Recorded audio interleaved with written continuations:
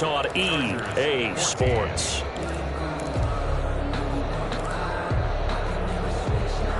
Six yards was the pickup on the last completion, so here's 2nd and 4.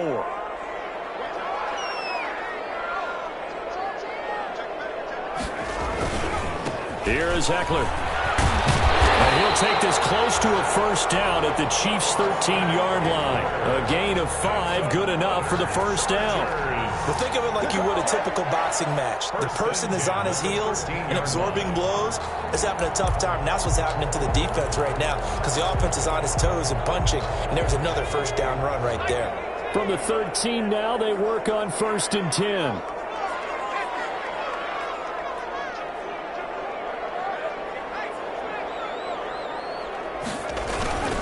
First down, and they stick with Eckler. And he's going to get about 4 down inside the 10 to the 9. Eckler, the ball carrier. If you're a football guy, that's a pretty run because everyone is in sync right there. Obviously, the guy carrying the ball, but how about the people up front?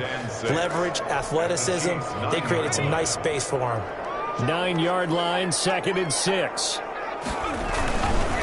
Now Eckler. And they'll be driven back here, losing yardage to the 10-yard line. A loss on that play, and now 3rd down gets tougher. 3rd and 6. It's now 3rd down and 6.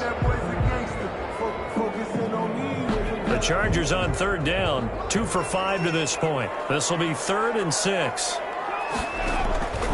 From the shotgun, here's Herbert. He finds his receiver, Williams, for a Charger touchdown.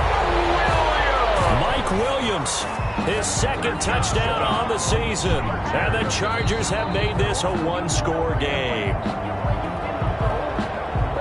His first career touchdown pass, and yeah, it's cliche to say, but he's probably been envisioning this since he was a little kid. That's a cool moment. It really is. So enjoy the moment, enjoy the time, celebrate, save the full reflection for later, and make sure you grab someone on the sidelines and say, hey, make sure I get that football, okay?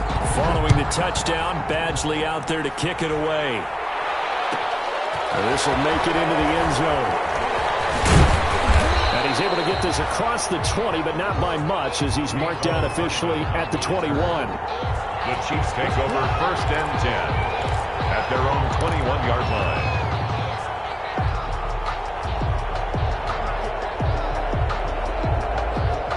The Chiefs offense about set to begin this drive. Their lead back down to 1 score after the touchdown a moment ago.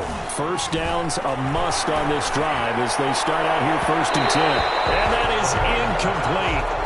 Took a shot there on 1st down, but he couldn't reel it in.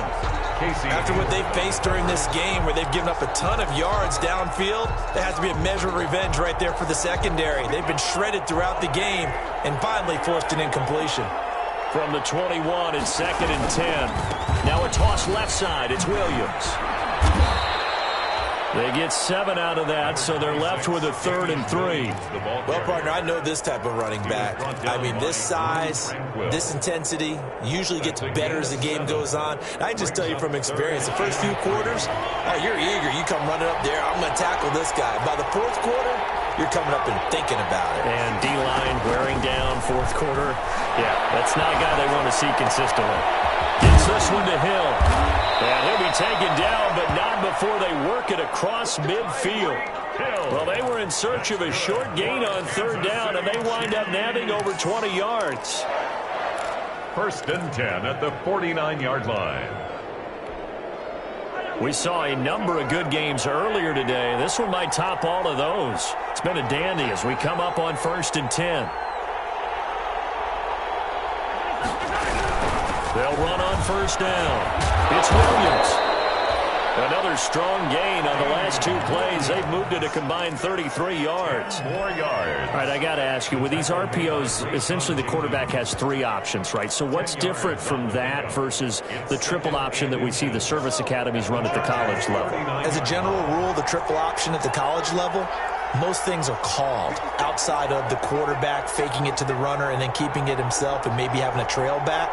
What I mean is, in the NFL, that option to throw the football all comes about organically. It's a natural deal based on reads. In college, if you're going to throw the football off a triple option, you've actually called that play. And they'll be inside the 35 now at the 34-yard line. A gain of 5, good enough for the first down. Kansas City Chiefs. First and 10 at the 34-yard line.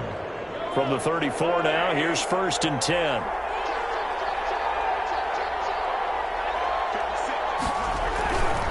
Now a 10th carry. Here's Williams. And not much running room. Down to the 32. The tackle goes there to Linval Joseph. The objective there, I mean, yes, the positive gain, that's nice, but work some clock. Yeah, you're exactly right, but the problem for them is still within a possession, so they can't just sit on it running the ball. They'll have to find a way to throw it effectively as well. On 2nd and 9, Mahomes. He's got it to Williams. Oh, no, he lost the football. And picked up by the Chargers.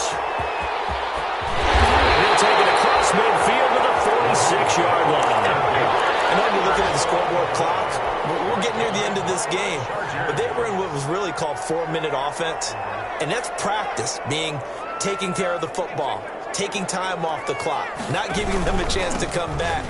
But bottom line is, what did I say in the beginning? Taking care of the football. That didn't happen. Didn't do it. A costly turnover. 2 yards on the carry there. It'll be second down. 3 points separating these two sides with 2 minutes left to go in the fourth.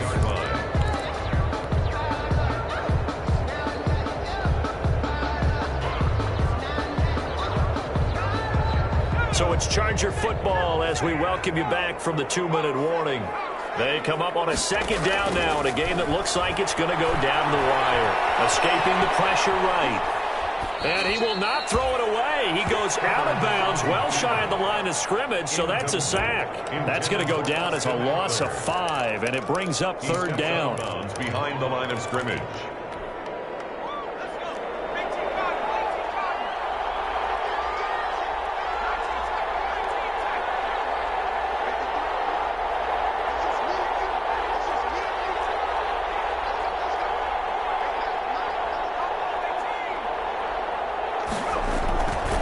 They'll look to throw.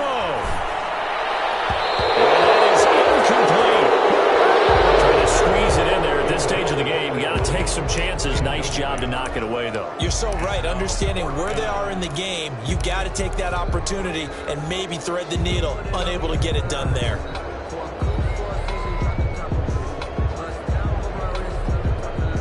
One score down. Here we go.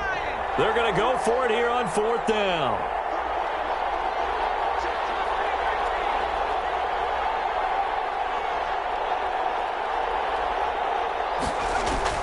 They snap it to Herbert. Now a desperation throw deep downfield. And it is incomplete. They had to go for it with such little time remaining. And this defense will take over right near midfield at the 49-yard line. The Chiefs offense about set to begin this drive. And this game not quite over yet. And we'll likely see them take all 3 timeouts defensively, so they can't just kneel this one out. They're going to have to try to run a few plays. You're exactly right. They've got to get a first down and make them use up all their timeouts in order to feel like they have this one in hand. Here's 2nd and 9, just a yard on that last run. 2nd and 9 at the 50-yard line. They run it again with Williams. So a nice job to break the 1 tackle, but not much daylight after that as he's brought down. Now the Chargers will use the 2nd of their timeouts as they'll talk it over here before what will be an important third down.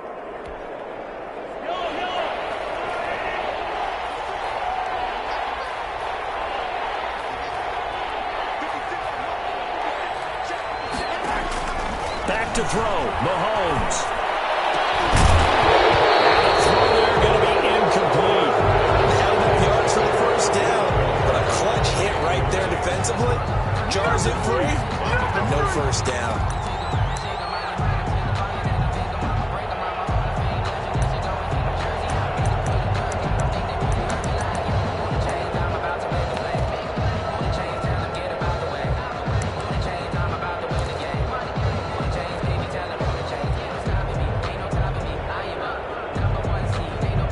the Chiefs punter now, as he should be able to pin him back deep here with his first punt.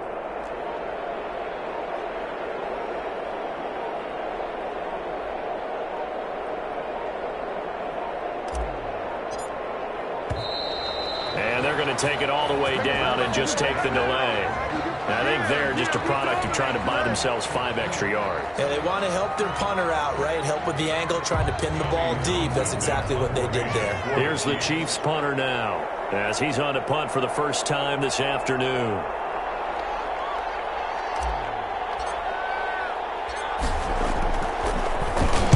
And this one's high, but not very far. And this one will be touchdown right at the 30-yard line. At their own 30-yard line.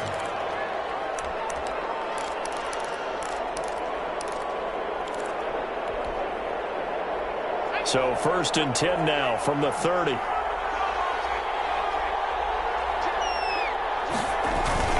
Play action. It's Herbert. He's going to let it fly.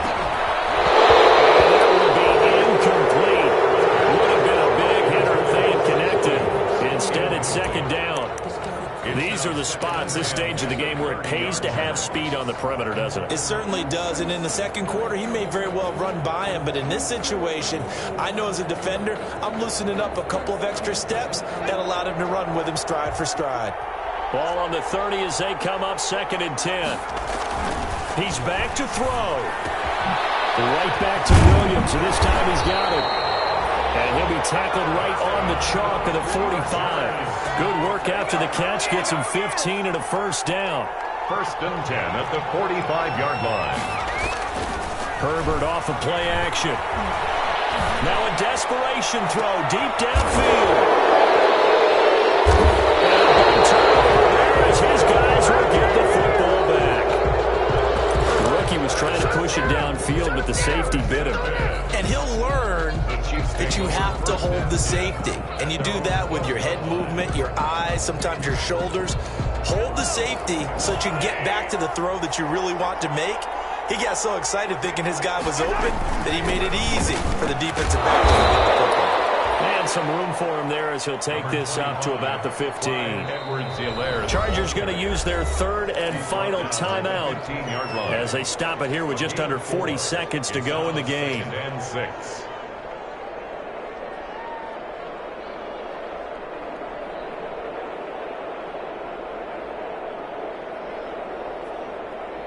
Now a 2nd down and 6.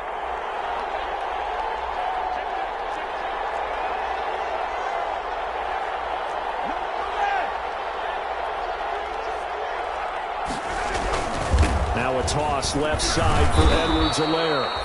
And a short gain across the 15 to the 17-yard line. Ball carrier. Charles, why didn't they just take the knee there? You're asking the question that I'm asking as well, because we've seen a lot of football where coaches decide maybe they get a little greedy. I don't know if they're doing it for stats or for what reason. We've seen it happen in college. And how about in the NFL? The miracle at the Meadowlands. All they had to do was take a knee and the game was over. The Giants ran it one more time. Ball popped free. Philadelphia picks it up and wins the game. What year was that? 1978. I think it was in November. They get the first. The decision to run on 3rd and medium winds up being a good one. Most of their damage has been done through the air. I mean, they've rung the bell 3 times with passing touchdowns. But guess what? Ground game has not been neglected. Nice little burst right there. So this one in the win column for Kansas City, and they were really helped by their defense, forcing 3 turnovers. I think what we saw in this one, today's defense. And what I mean by that is in the old days, pitching shutouts was big time. That was paramount. But the big thing was holding people down, holding down their yardage, right? Don't let them throw the ball through the air and gain a lot of... But now, it's about taking the ball away. Taking away possessions, getting the ball back for their offense. They had 3 takeaways in this one, and it led them to victory. So for Kansas City, it was a great all-around performance as they come out of this one with the victory. And they'll get another road test next week as they head to Baltimore to take on the Ravens. Meanwhile, for the Chargers, they will fall to 1-1. And they'll be on the road next week for a matchup with the Carolina Panthers. That'll do it for us. I'm Brandon Gaudin alongside Charles Davis. Thanks to our entire crew as well. We'll talk to you next time. So long, everybody.